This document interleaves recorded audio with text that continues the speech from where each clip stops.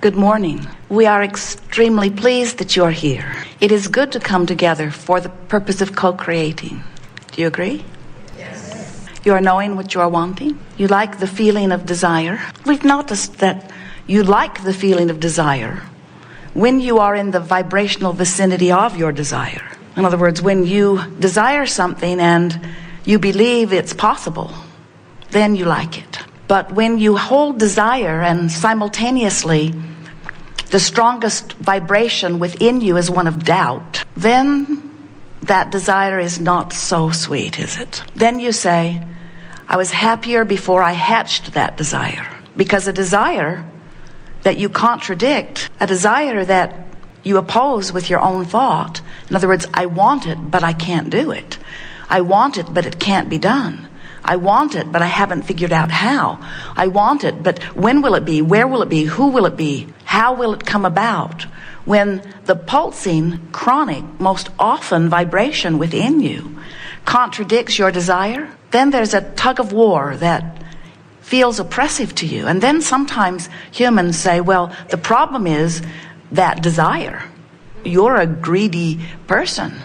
You have desire. You want too much. And we say, that's not possible. It's not possible for an eternally focused genius creator to over-desire. But what gives you the sensation of that imbalance is having a desire born from within you out of the contrast that you are discovering, and then contradict it with your rational mind. Contradict it with your reason. Contradict it with your statistics or your facts. Contradict it with your attention to what is. That's what gets you mostly.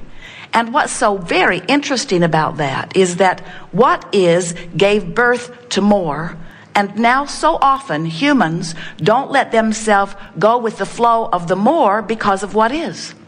Isn't that interesting? What is and all of its components and the things that were missing caused you to launch rockets of desires of what you preferred even further. And those rockets of desires precede you vibrationally, and the source within you holds them and gives undivided attention to them.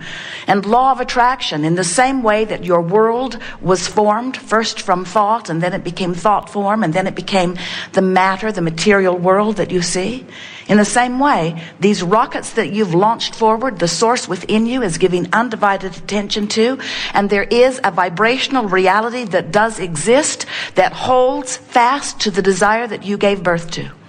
And that desire continues to be amended by you as you move through the days and experiences of your life. You continue to add more clarity, more deliberateness, more precision to the things that you are asking for. And that vibrational reality precedes you and exists. Sometimes we can feel our physical friends not being nearly as excited about their vibrational reality as we are, because we believe it, we know it, and so it is vibrationally visible to us. We're not off the wavelength of it. So when you dream a dream, when you hope a hope, when you desire a desire, when you set a goal, when life causes you to ask, we see clearly what you've asked for. But it's not just a nebulous request unanswered floating out there in the cosmos. When you ask, all that is actualizes around it, and it becomes a vivid vibrational version of what you are asking for. That is real. It's real. Everything that you know that you call reality was a vibrational reality first. And the thing that we so want you to hear most of all is that the life you came to live is the life that is between your having launched your reality and your letting yourself move to it, because that's the delicious part of life.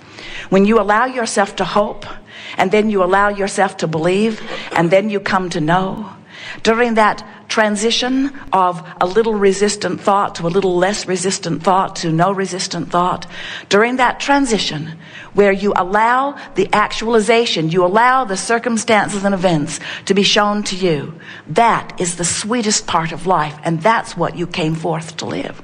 You said, I'll go forth. Contrast will inspire me. Source will tend to the desire that is carved out of that, and I will follow the emotion within me to know whether I'm moving toward or away from, whether I'm releasing resistance or adding to it, whether I'm allowing or resisting, whether I'm in the flow or not, whether I'm allowing myself into this vortex of vibrational reality that has been gathered for me. This vibrational reality is a vortex of attraction. You've been hearing about law of attraction, but most of you do not understand that you were vibrational beings before you came forth into this physical body, and even though you are now focused a part of that into this physical body, that this vibrational part of you, this larger part of you, this source energy part of you, this inner being part of you, this God force part of you remains still non-physically focused while you're here physically focused. So at all times there is this vibrational relationship that you've got going on. When you are in vibrational harmony with who you really are, you feel the harmony in the form of what you call positive emotions. A feeling of love is that alignment. A feeling of appreciation is that alignment. A feeling of ecstasy or exhilaration, those feelings of passion, that feeling of being tuned in, tapped in, turned on, that feeling of being alive and glad to be alive. Those feelings are your emotional guidance letting you know that the vibrational relationship between the larger vibration of you and this smaller physical vibration of you match. And when they match, your positive emotion shows you. Any negative emotion shows you there's some mismatching going on.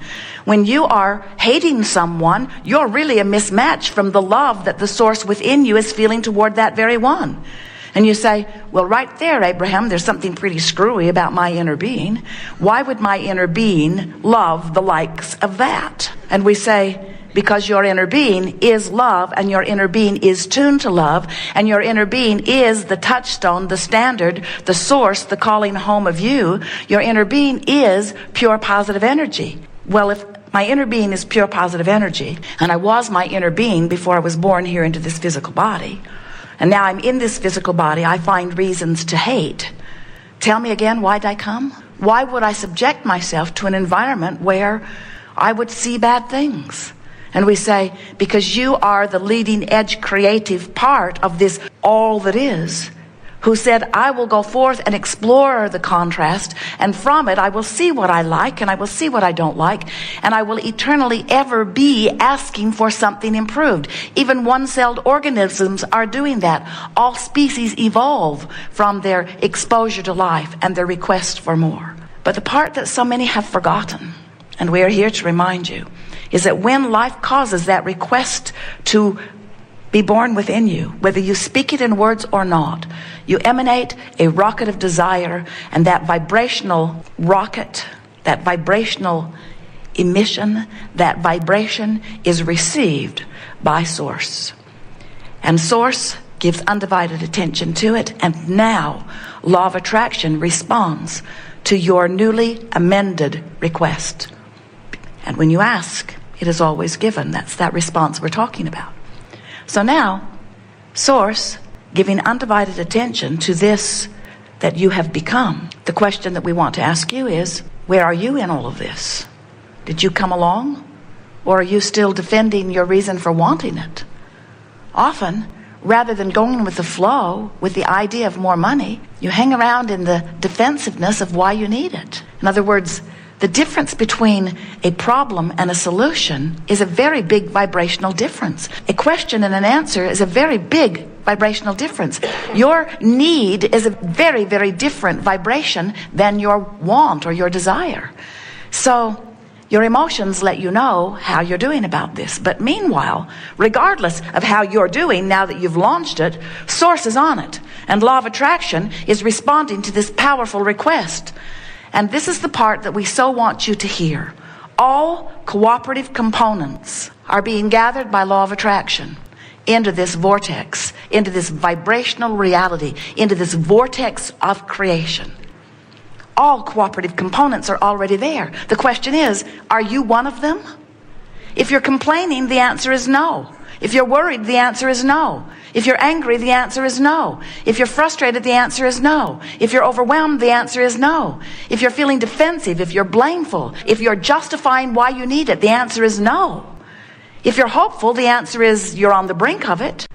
So during this gathering today, we want to speak in a way that you can feel as we feel and know as we know the reality of this vibrational reality. We want you to feel this vortex, and we want you to know its realness, and we want you, it is our desire to light a spark within you that makes you decide that you want to get in the vortex, that you want to be one of those cooperative components. Now, it's perfectly possible, may happen to you often. We see it happen to Esther, where you're bipping along, you're finding reasons to feel good, you're launching rockets of desire, and you're mostly in the vortex. And life is sweet when you are. People are kind to you, doors are opening for you, ideas are flowing, you have a feeling of well-being, a feeling of clarity and ease. You have balance. No matter what happens, you have your sea legs. All is well for you. And then something will happen that causes an reactivation of an old, maybe dormant vibration within you. Something happens, and you view it, which causes you to offer a vibration that isn't consistent with the vortex. So all that happens is the vortex just spits you out. Because if you're not a vibrational match to it, law of attraction doesn't hold you there. In other words, you're called there. Spitting you out is a sharp way of saying it, but it really is accurate. Because law of attraction calls to it what matches and doesn't allow near it what doesn't. How about that?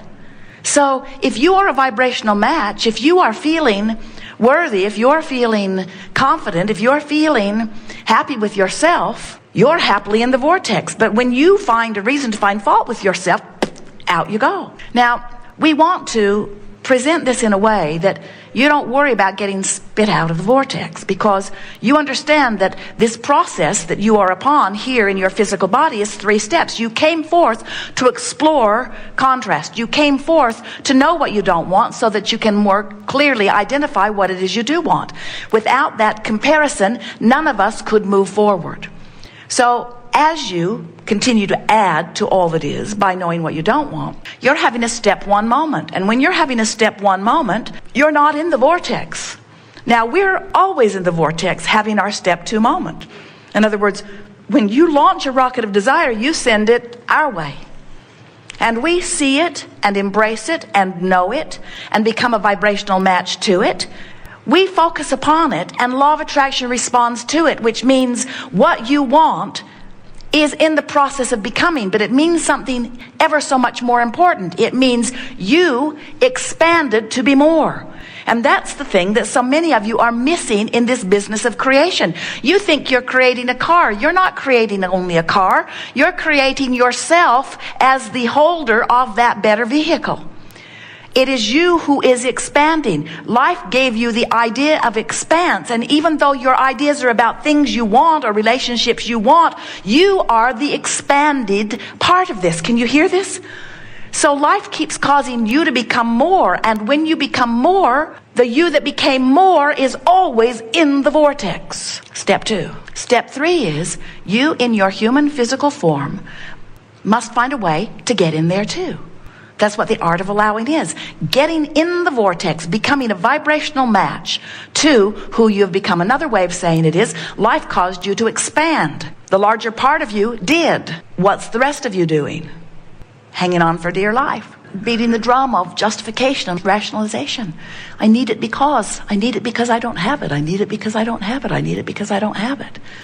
And what we want you to hear is the vibration of I don't have it doesn't match what's in the vortex. So everything that we talk about, every book we've ever written, every process we've ever flowed to you, and there are dozens of them and dozens more coming, every process is about helping you figure out how to get in the vortex. And there's no cut and dried way, because your vortex is not exactly the same as anyone else's vortex. In other words, what you put in it and the vibrational components of it are unique to you. But it doesn't matter that it's unique to you, because you have a unique guidance system that is unique to you also. You have a unique guidance system that is letting you know in every moment what your vibrational relationship is between you and you. And the better you feel, the better the relationship is. The worse you feel, the worse the relationship is. In other words, you got to get tuned into who you are.